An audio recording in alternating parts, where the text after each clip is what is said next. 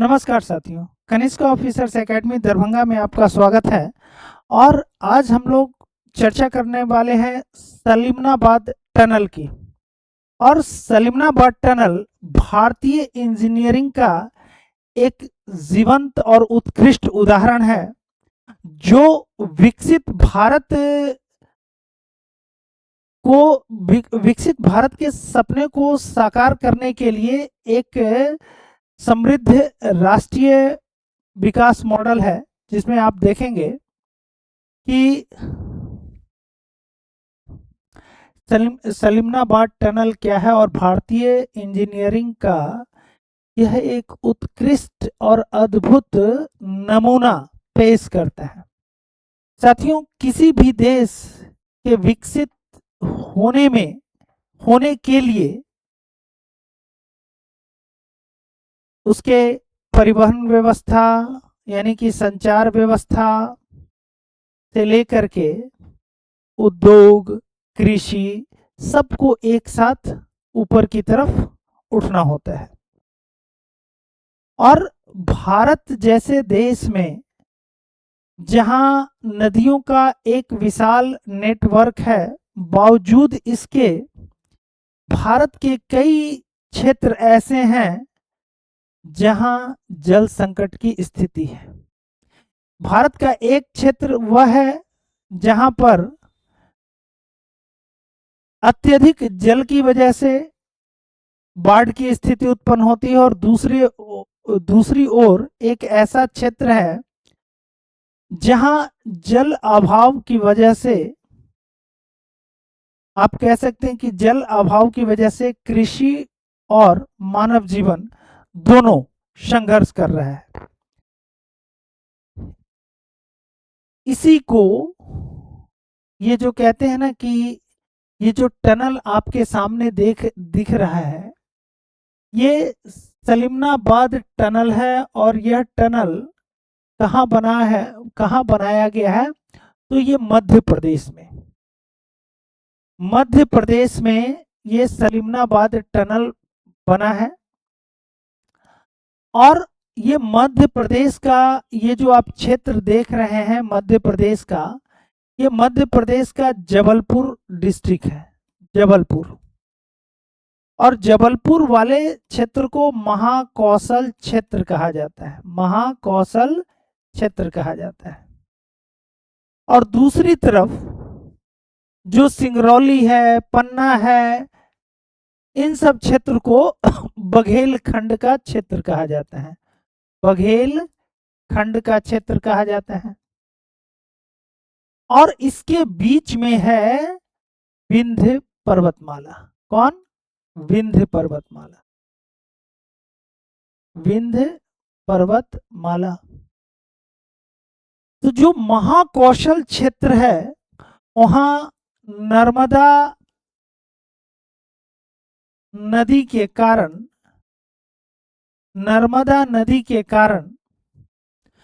जल की कोई संकट नहीं है।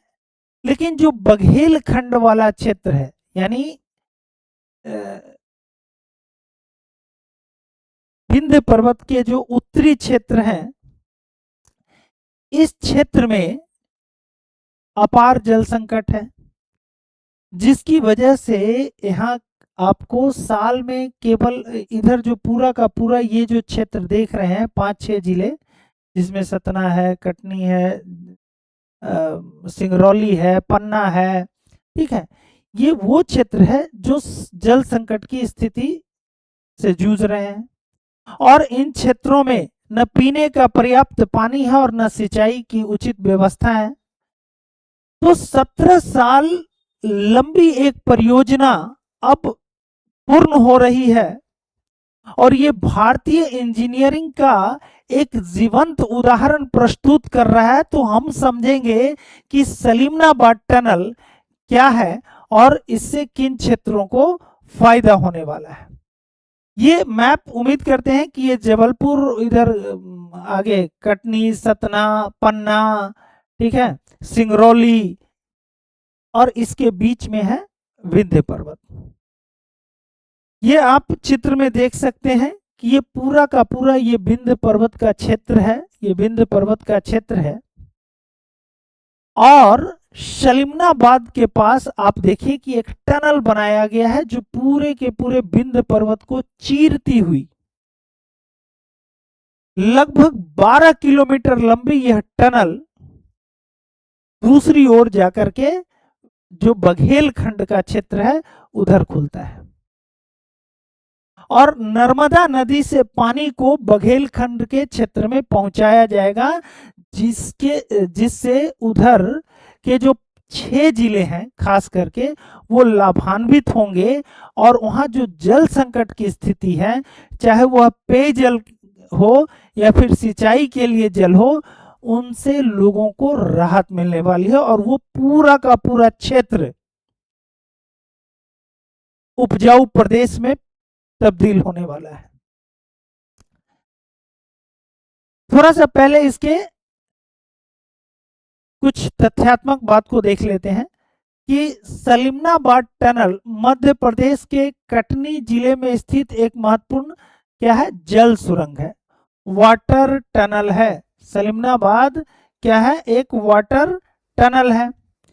और ये कैसा वाटर टनल है, तो एक ऐसा वाटर टनल जिसमें बगैर बिजली, बगैर पंपिंग स्टेशन के पानी एक छोर से दूसरी छोर तक पहुंचेगा।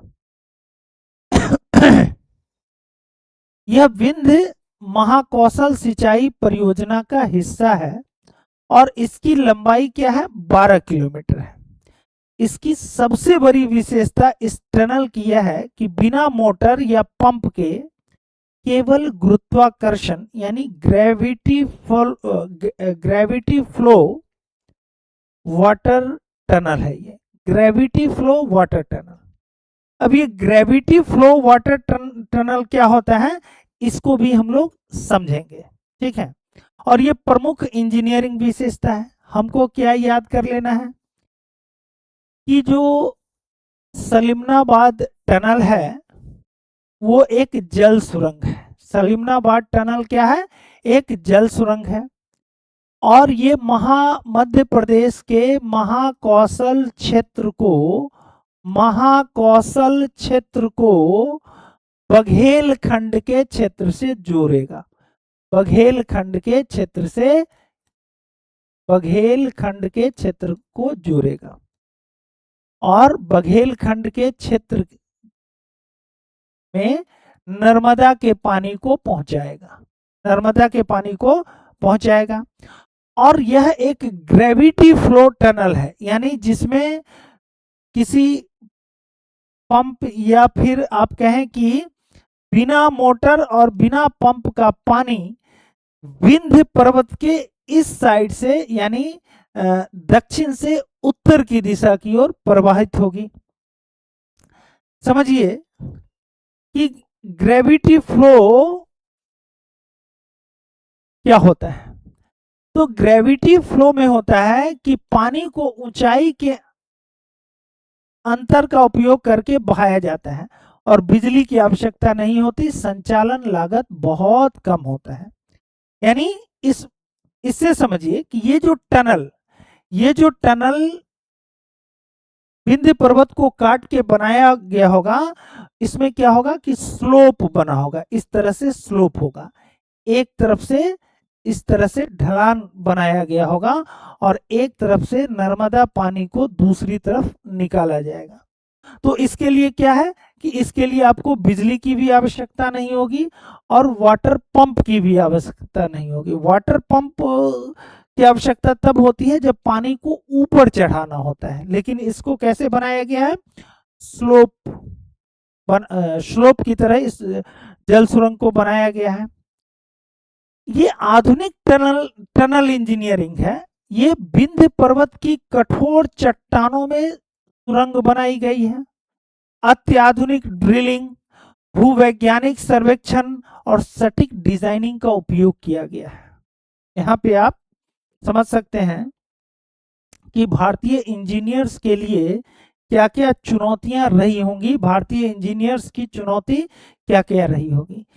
एक तो इस 12 किलोमीटर में एक स्लोप डिजाइनिंग, यानी पर्वत के नीचे इस तरह का जल सुरंग बनाना, पहला तो यही सबसे बड़ा चुनौती था। और दूसरा कि इस पर्वत की कठोर चट्टानों में सुरंग बनाना, ये अपने आप में एक बड़ा चुनौती था। ठीक है, तो कठिन भूवैज्ञानिक संरचना, जिसमें कि आपको कठोर चट्टान जैसे ग्रेनाइट हो, मार्बल हो, डोलोमाइट हो, इन सब चट्टानों में, इन सब चट्टानों को काट कर सुरंग बनाना, ये अपने आप में एक बहुत बड़ा चैलेंज था। तो इसके लिए बहुत ही अत्याधुनिक ड्रिलिंग मशीन का प्रयोग किया गया था। और इसमें जिस ड्रिलिंग मशीन का प्रयोग किया गया, आप समझिए 12 किलोमीटर आप अंदर हैं, वहां पे क्या क्या चैलेंजेस हो सकते हैं, चूंकि ये भूमिगत सुरंग था। तो एक तो कि समझिए कि आप समझिए कि ये पर्वत है, ये पर्वत है, और इस टनल को इस तरह से बनाना, इस तरह से स्लोप करके बनाना। अब मान लीजिए कि आप इधर से खुदाई करते हैं तो इधर के मुहाने को एकदम ठीक ठीक मिलाना, यानी इस मुंह को इस मुंह से मिलाना और स्लोप में मिलाना, ये बड़ा चैलेंज था भारतीय इंजीनियरिंग के सामने। उसके बाद दूसरा समस्या आया वाटर इनग्रेस का, यानी जब ड्रिलिंग शुरू हुआ तो इन सुरंगों में क्या हुआ, जो भूमिगत जल होते हैं वो भर जाया करते थे। ठीक है, तो खुदाई के दौरान टनल में कई जगह पर अचानक से जल भर जाता था, तो उस जल की निकासी करना, साथ साथ मजदूरों की सुरक्षा का भी ध्यान रखना, साथ साथ स्लोप का भी ध्यान रखना, एक सिरे को दूसरे सिरे से सही तरीके से मिलाना, और गैस और वेंटिलेशन की समस्या, क्योंकि आप इतने बड़े पर्वत को काट करके जैसे जैसे अंदर जाएंगे ऑक्सीजन लेवल घटता जाएगा। ठीक है, ऑक्सीजन लेवल घटता जाएगा, और ड्रिलिंग करने में क्या होगा, जो धूल कण है, जो धूल कण है, ठीक है, वो भी उसमें बहुत ज्यादा मात्रा में धूल कण भी उत्सर्जित होते हैं, तो उनसे भी बचना, और जो वहां पर इंजीनियर्स थे, जो मजदूर थे, इनके लिए भी सही तरीके से सुरक्षा का इंतजाम करना। ठीक है, दोनों सिरों की खुदाई का सटीक मिलान करना, जो ऑक्सीजन लेवल है, या यूं कहें कि गैस और वेंटिलेशन की जो समस्या थी कि अंदर में तो कोई वेंटिलेटर था नहीं, कोई खिड़की था नहीं जिससे कि रोशनी आता, ऑक्सीजन पर्याप्त मात्रा में रहता, फिर जल भराव भी हो रहा था। तो इन तमाम समस्याओं को इन तमाम समस्याओं पर विजय प्राप्त करते हुए भारतीय इंजीनियरों ने इस सपने को साकार कर दिखाया। इसमें जर्मन टेक्नोलॉजी, प्रारंभिक में शुरू में मशीन में क्या हुआ कि तकनीकी समस्या आ गई ड्रिलिंग मशीन में, तो फिर क्या हुआ कि जो जर्मन टेक्नोलॉजी है उसकी सहायता ली गई, और ये जो ड्रिल मशीन देख रहे हैं इसमें जर्मन ड्रिल मशीन से कार्य को आगे बढ़ाया गया। अमेरिकन ड्रिल मशीन फेल हो गया, जर्मन ड्रिल मशीन से कार्य को आगे बढ़ाया गया। भूवैज्ञानिक अध्ययन ये बहुत जरूरी था कि देखिए चट्टानों की मजबूती, दरारों और जलदाब का विस्तृत अध्ययन किया गया। क्यों, देखिए आप जहां पर कठोर चट्टान है वहीं पर आप टनल बना सकते थे, यानी कटाई कर सकते थे, क्योंकि जहां पर चट्टान मुलायम होगा और यदि आप वहां पर्वत की कटाई कर दिए तो लैंड स्लाइडिंग हो सकता था, वो बैठ सकता था, उसमें काम करने वाले मजदूरों की जान जा सकती थी, जो मशीन है वो भी नष्ट हो सकता था। साथ साथ ये भी देखना था कि जो जल दाब वाला क्षेत्र है या जो दरार वाला क्षेत्र है उससे भी बचना है, और साथ ही साथ आपको टनल को सुरक्षित रखने के लिए जो उसमें कहते हैं ना कि कंक्रीट का एक मोटी दीवार तैयार करना, क्योंकि जब पानी फोर्स के साथ चलेगा उस टनल में तो वो क्या करेगा, वो घिसाई करेगा, धीरे धीरे घिसेगा वो फोर्स की वजह से। तो उसके प्रेशर को सहने के लिए उस तरह से पूरे के पूरे टनल को डिजाइन करना, ये अपनी तरह का बिल्कुल अद्वितीय अद्वितीय उदाहरण है भारत में। ये पहली जल सुरंग है, इतनी लंबी जल सुरंग, 12 किलोमीटर का टनल जो बिना बिजली बिना वाटर पंपिंग स्टेशन के चलेगा। ये पानी नर्मदा का पानी एक सिरे से दूसरे सिरे तक पहुंचता रहेगा। अब देखिए कि जो इसके लिए जो भारतीय विज्ञान और प्रौद्योगिकी का योगदान है वो क्या रहा। एक तो जियोलॉजिकल मैपिंग किया गया होगा कि भाई चट्टान ऊपरी परत, दरार, जलदाब, कठोर चट्टान कहाँ है, ये इसका अध्ययन किया गया होगा, जिसमें जियोलॉजिकल मैपिंग में चट्टानों का विश्लेषण किया गया होगा, कहाँ कठोर चट्टान है, कहाँ मुलायम चट्टान है, कहाँ काटने से अधिक पानी भर सकता है, तो इन सब का अध्ययन किया गया होगा। ठीक है। कंप्यूटर बेस्ड डिजाइन, जो सुरंग की रूपरेखा तैयार की गई, रियल टाइम मॉनिटरिंग के द्वारा निर्माण के दौरान सुरक्षा सुनिश्चित की गई। ठीक है। रियल टाइम मॉनिटरिंग में इस सब चीजों का ध्यान रखा जाता है कि कहां पर खुदाई करने से किस प्रकार का जो है कठिनाई आ सकता है, तो उसके हिसाब से आप सेफ्टी मेजर्स ले सकते हैं। रॉक इंजीनियरिंग और जियो टेक्निकल इंजीनियरिंग का ये प्रभावी उपयोग किया गया। इसमें आधुनिक सुरंग निर्माण में sensor, monitoring system, digital engineering का प्रयोग किया गया है। ये सब भारतीय इंजीनियरिंग का ये आप एक अद्भुत उदाहरण कह सकते हैं। इम्पैक्ट क्या पड़ेगा, देखिए सिंचाई में सुधार होगा, पेयजल उपलब्धता बढ़ेगी, ऊर्जा की बचत होगी, कम लागत है इसमें, ग्रामीण विकास होगा और भारतीय इंजीनियरिंग की क्षमता और सतत विकास, ये सब इसके इम्पैक्ट पड़ेंगे भारत पर। आप देख लीजिए सिंचाई में सुधार कि वह क्षेत्र जो निरंतर जल संकट की वजह से जहां पर सिंचाई उपलब्ध नहीं हो पा रहा था और जो कृषि का विविधीकरण था वो नहीं हो रहा था, यानी वहां पर मानसून के सीजन में केवल एक फसल का उत्पादन होता था, बाकी समय खेत पड़ती रहते थे। लेकिन अब क्या होगा, क्रॉप डाइवर्सिटी बढ़ेगा, साल में 3 फसल कम से कम वहां भी उगाया जा सकेगा और इस टनल से लगभग 1450 गांवों को सिंचाई और पेयजल के लिए पानी उपलब्ध हो जाएगा। एमपी के लगभग 6 जिलों को इससे फायदा होने वाला है, जो बघेलखंड क्षेत्र के 6 जिले हैं। पेयजल उपलब्धता बढ़ेगी, ऊर्जा की बचत, क्योंकि इस टनल के जरिए जो वाटर फ्लो होगा वो ग्रेविटी फ्लो होगा। ग्रेविटी फ्लो का मतलब वो अपने आप ढलान की वजह से पानी एक सिरे से दूसरे सिरे की तरफ वो जा रहा होगा, तो ऊर्जा की बचत होगी, क्योंकि इसमें पंप स्टेशन की जरूरत नहीं है, बिजली की जरूरत नहीं है। ठीक है। लागत भी कम, लागत भी है, संचालन और रख रखाव की लागत कम रहेगी इस टनल में। इसके अलावा जो ग्रामीण विकास है, ग्रामीण विकास में क्या होगा, खेती, रोजगार और ग्रामीण अर्थव्यवस्था को बढ़ावा मिलेगी। आप देखिए राजस्थान का वह क्षेत्र जो रेगिस्तानी भूभाग के अंतर्गत आता है, वहां लोग क्या किए, पलायन कर गए, वहां से लोग निकल करके दूसरे जगह चले गए, या जो लोग वहां आज भी हैं वो जल संकट की स्थिति से, जल संकट के कारण उनका जीवन बहुत बहुत चुनौती भरा है, कठिनाई भरा है।